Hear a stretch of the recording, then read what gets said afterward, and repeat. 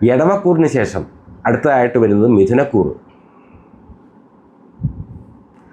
മിഥുനക്കൂറുകാർക്ക് സ്വതവേ തന്നെ മറ്റുള്ള മനുഷ്യന്മാരൊക്കെ ആയിട്ട് കൂടുതൽ മിങ്കിൾ ചെയ്യുന്ന സ്വഭാവവും ബാക്കിയുള്ളവരെ സഹായിക്കുന്ന സ്വഭാവവും പൊതുവെ സരളമായിട്ടുള്ള ഹൃദയവും ഒക്കെ ഉള്ള ആൾക്കാരാണ്. പക്ഷെ മിഥുനക്കൂറുകാർക്കിടെ അവസ്ഥ കഴിഞ്ഞ കൊല്ലക്കാലം, കഴിഞ്ഞ വിഷുക്കാലം മുതൽ ഈ മേടമാസം വരെ വരുന്ന കാലങ്ങളിലും എല്ലാം കുറച്ച് പരിതാപകരമായിരുന്നു. എന്താ കാരണം എന്ന് വെച്ച് കഴിഞ്ഞിട്ടുണ്ടെങ്കിലോ, അവർക്ക് കണ്ടകശനി കാലമായിരുന്നു. കണ്ടകശനി, അഷ്ടമശനി, ഏഴരശനി, അങ്ങനെ പല രീതിയിൽ കൂടെ ഒരു മനുഷ്യൻ്റെ ജീവിതകാലത്ത് ശനി പലപ്പോഴും നമ്മളെ ബാധിക്കാറുണ്ട്. മിഥുനക്കൂറുകാർക്ക് ഇത്തവണ ശനി വന്ന് പഠിച്ചതോ ശരിക്കും അവരെ കർമ്മസ്ഥാനത്ത് അമിതാധ്വാനം ചെയ്യുക, രാത്രിയും പകലും ഒന്നും ഇല്ലാത്ത രീതിയിൽ പല ഷിഫ്റ്റുകളിലായിട്ട് വർക്ക് ചെയ്യേണ്ടതായിട്ട് വരിക, ഏത് ജോലിയിലുള്ള കണ്ടീഷനാണെങ്കിലും അവിടെ അമിതാധ്വാനത്തിനുള്ള ഇട വരികയും എന്നാൽ അതിനനുസരിച്ചുള്ള ഒരു പ്രതിഫലം കൃത്യമായിട്ട് കിട്ടാതിരിക്കുക, മേലുദ്യോഗസ്ഥന്മാരിൽ നിന്നും അപ്രീതി ഉണ്ടാവുക, അങ്ങനെ മൊത്തത്തിലുള്ള കാര്യങ്ങൾ, അങ്ങനെയുള്ള പല പല കുഴപ്പങ്ങളായിരുന്നു ഈ കണ്ടകശനി കുഴപ്പമുണ്ടാക്കിക്കൊണ്ടിരുന്നത്.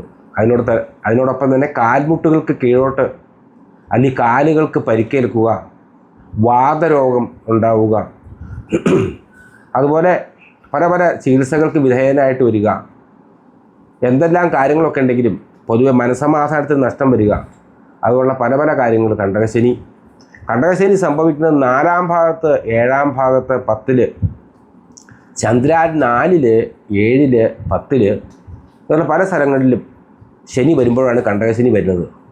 അതിൽ 10-ാം ഭാഗത്ത് വരുമ്പോൾ പ്രധാനമായിട്ട് തൊഴിലിനെ ബാധിക്കുന്ന രീതിയിൽ, തൊഴിലെ വരുമാനം ഇതിനെയൊക്കെ ബാധിക്കുന്ന രീതിയിൽ, അല്ലെങ്കിൽ കഠിനാധ്വാനം ചെയ്തിട്ടും വലിയ പ്രയോജനമില്ലാത്ത രീതിയിലേക്ക് വരുന്ന രീതിയിലൊക്കെയാണ് ശനിയുടെ പരിപാടി. അതിനോടൊപ്പം തന്നെ പ്രധാനമായിരുന്നു ജന്മവ്യാഴം എന്ന് വെച്ച് കഴിഞ്ഞിട്ടുണ്ടെങ്കിൽ നമ്മുടെ ജന്മത്തിൽ തന്നെ, അല്ലെങ്കിൽ ചന്ദ്രൻ നിൽക്കുന്ന രാശിയിൽ തന്നെ വ്യാഴം നിൽക്കുന്നതിനാണ് ജന്മവ്യാഴം എന്ന് പറയുന്നത്. ജന്മവ്യാഴം എന്ന് പറയുന്ന കാര്യത്തിനും ഈ കണ്ടകശനി പോലെ തന്നെ പല പല ദോഷങ്ങളുണ്ട്. സ്ഥാനഭ്രംശം സംഭവിക്കുക, വലിയ മാനസികപരമായിട്ടുള്ള പ്രശ്നങ്ങൾ ഉണ്ടാവുക, സന്താനങ്ങളുടെ ഭാഗത്തുനിന്ന് പ്രശ്നം ഉണ്ടാവുക, ദൈവാധീനത്തിന് കുറവുള്ള പോലെ തോന്നുക, ക്ഷേത്രത്തിലൊന്നും ദർശിക്കാതിരിക്കാൻ ഉള്ള രീതിയിലുള്ള ബുദ്ധി തോന്നുക. പക്ഷേ പൊതുവായിട്ട് ലഗ്നവ്യാഴത്തിൽ അല്ലെങ്കിൽ ജന്മവ്യാഴത്തിൽ നല്ല ബുദ്ധി തോന്നിക്കുന്നു, പല പല പ്രധാനപ്പെട്ടുള്ള കാര്യങ്ങൾക്കൊക്കെ പുരോഗതി ഉണ്ടാകുമെന്നും, നല്ല പഠനം, ഗവേഷണം, ചിന്ത, അതുപോലുള്ള കാര്യങ്ങൾക്കൊക്കെ തുടക്കം കുറിക്കുന്നു, പൊതുവെ നല്ലതാണെന്നും ആചാര്യന്മാർ പറഞ്ഞിട്ടുണ്ട്. പക്ഷേ അതിൻ്റെയൊക്കെ രീതിയിൽ നോക്കുകയാണെങ്കിൽ ഈ ജന്മവ്യാഴം കണ്ടകശനിയോട് കൂടി ഉള്ളപ്പോൾ വളരെ ഗുണകരമായിട്ട് ഭവിക്കാൻ സാധ്യത കുറവാണ്. അപ്പോൾ അങ്ങനെ കഷ്ടപ്പാടും ദുരിതവും ഒക്കെ അനുഭവിച്ചുകൊണ്ടിരുന്ന മിഥുനക്കൂറുകാരെ സംബന്ധിച്ചിടത്തോളം 2026 ജൂൺ മാസത്തിലെ വ്യാഴമാറ്റം അവർക്ക് വളരെ ഗുണപരമായിട്ടുള്ള ചില സാഹചര്യങ്ങൾ ഉണ്ടാക്കുകയാണ്. വളരെ വർഷത്തേക്ക് അവർക്ക് വളരെ നല്ല കാര്യങ്ങൾക്ക് വിത്തിടാവുന്ന പല പല ഗുണപരമായിട്ടുള്ള കാര്യങ്ങൾ നടക്കാൻ പോകുന്ന ഒരു വർഷമാണ് മിഥുനക്കൂറുകാരെ സംബന്ധിച്ചിടത്തോളം 2026 ഈ വിഷു കാലഘട്ടം. അപ്പോൾ അതിനായിട്ട് ശനിയെയും അതുപോലെ വ്യാഴത്തിനെയും കൃത്യമായിട്ട് വഴിപാടുകളൊക്കെ നടത്തി, ക്ഷേത്രദർശനമൊക്കെ നടത്തി പ്രസാദിപ്പിച്ചുകൊണ്ടും കൂടി മുമ്പോട്ട് പോയാൽ മിഥുനക്കൂറുകാർക്ക് ഈ വർഷം വളരെ ഗംഭീരമായിരിക്കും എന്ന് പ്രത്യേകിച്ച് പറയാൻ ആഗ്രഹിക്കുകയാണ്. അപ്പോൾ ശനിപ്രീതികരമായിട്ടുള്ള കാര്യങ്ങൾ പറഞ്ഞു. ശനിപ്രീതിക്ക് പ്രധാനമായിട്ട് ശിവപ്രീതി വരുത്തുക. ശനിയാഴ്ച ദിവസങ്ങളിൽ ശിവക്ഷേത്രത്തിൽ കൃത്യമായിട്ട് നമ്മൾ പോയി തൊഴുക. പറ്റുന്നോത്തരം വാഹനമൊന്നും ഉപയോഗിക്കാതെ വീട്ടിൽ നിന്ന് ഇറങ്ങുമ്പോൾ തന്നെ നമശിവായ പഞ്ചാക്ഷരി ജപിച്ച് ചെരുപ്പിടാതൊക്കെ നടക്കണം എന്നൊക്കെയാണ് ആൾക്കാർ പറയണത്. ചെരുപ്പിട്ടാലും ഇട്ടില്ലെങ്കിലും ഓടി തന്നെ ചെന്ന് മൊബൈൽ ഫോൺ നോക്കിക്കൊണ്ട് ക്ഷേത്രത്തിലേക്ക് കയറുക, പുറത്തേക്ക് ഇറങ്ങുക, പെട്ടെന്ന് പോവുക. അങ്ങനത്തെ ഒരു സിസ്റ്റം പരമശിവനെ തൊഴുവാൻ പോകുമ്പോൾ ഉണ്ടാവരുത്. എന്താണെന്ന് വെച്ചാൽ ശിവൻ ധ്യാനമൂർത്തിയാണ്.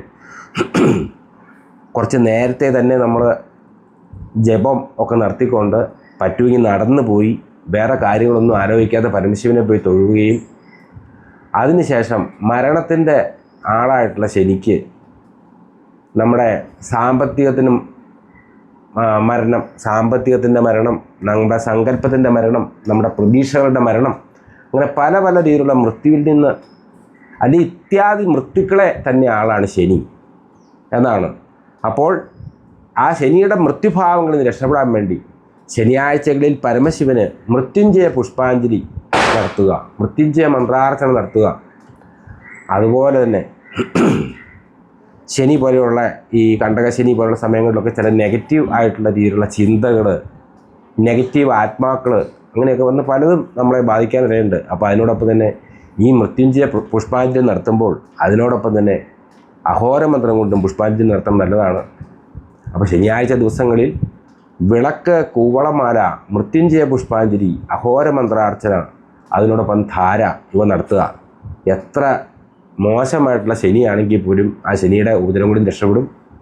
അതുപോലെ വരാൻ പോകുന്ന ജൂൺ മാസത്തിലേക്ക് നമ്മുടെ ജീവിതത്തിന് അഭിവൃദ്ധി ആയിട്ട് കടന്നു വരുന്ന വ്യാഴത്തിനെ വരവേൽക്കാൻ വിഷ്ണു ക്ഷേത്രത്തിൽ വ്യാഴാഴ്ച ദിവസങ്ങളിൽ വിഷ്ണുവിനെ പോയി തൊഴുക. വ്യാഴാഴ്ച ദിവസങ്ങളിലാണ് നല്ലത്.